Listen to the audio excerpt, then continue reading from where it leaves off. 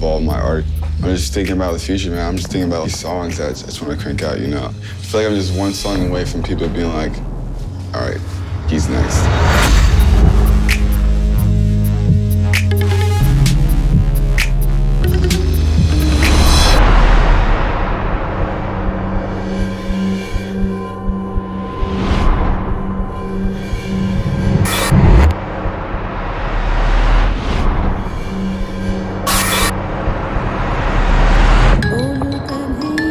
Jazz Cartier came about, I think when I was like 14. That was like my first and ever only rap name. Everyone always called me Jazz, even in school. Like my name on like the roll call would be Jazz.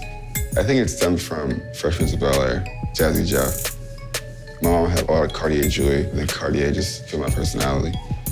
My mom would always tell me that when I was like 1, I'd only rock with Snoop Dogg and his Doggy Style album, and I would like demand for that to come on. But she had like everything from like Tribe, Black Sheep, Busta Rhymes, Eric B. and Rakim, Ludacris, Jaquan, Jibbs, Mibs, Lil Wayne, Juvenile, Kenny G. So I got into like the fundamentals of hip hop first. Like even like when I was back home, I just like bump Trick Daddy heavy, Trina heavy. It's crazy to me because like I'm out here doing music, you know? It's like I never really thought that like it would take me this far. My guy, Fourth Pyramid. He's a homie. Like backstage, me and Fourth are pretty turned, so it's kind of like a blur.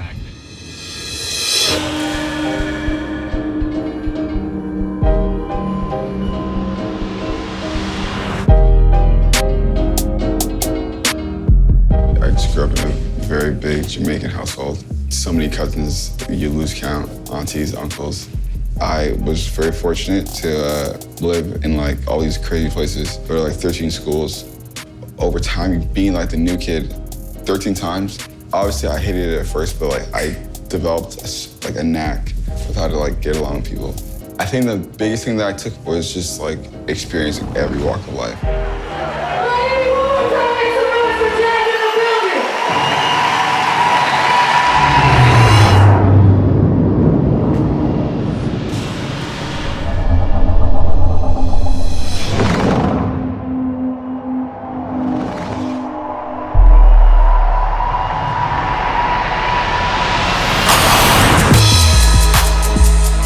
I was like 13 when I started taking things seriously. I would tell people that I rapped here and there, but I never like rapped in front of anybody.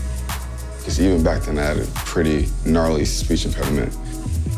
But then I think 9th grade, one of the guys, he heard I rapped from my previous school that I went to. And 3 of them came to my room, told me to come over to their dorm. And I walk in the room and they just have like beats on loop, on loop, on loop, and everyone's rapping. Mind you, I've never freestyled in front of anybody before ever in my life. So everyone's like, this is a new kid. I literally closed my eyes. But then we had like 2 all-girls schools around us, and I had a line where I incorporated like the names of both schools. Everyone in the room just went crazy.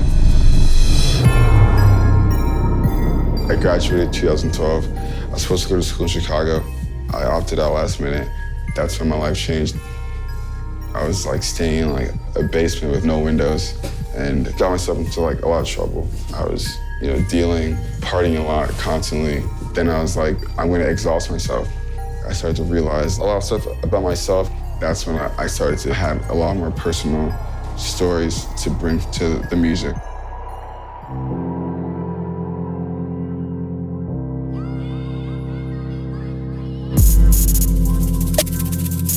If you're somewhat poppin' and you haven't done a show yet, your first show is at this venue called Mod Club, and that's when you determine whether or not things are actually real.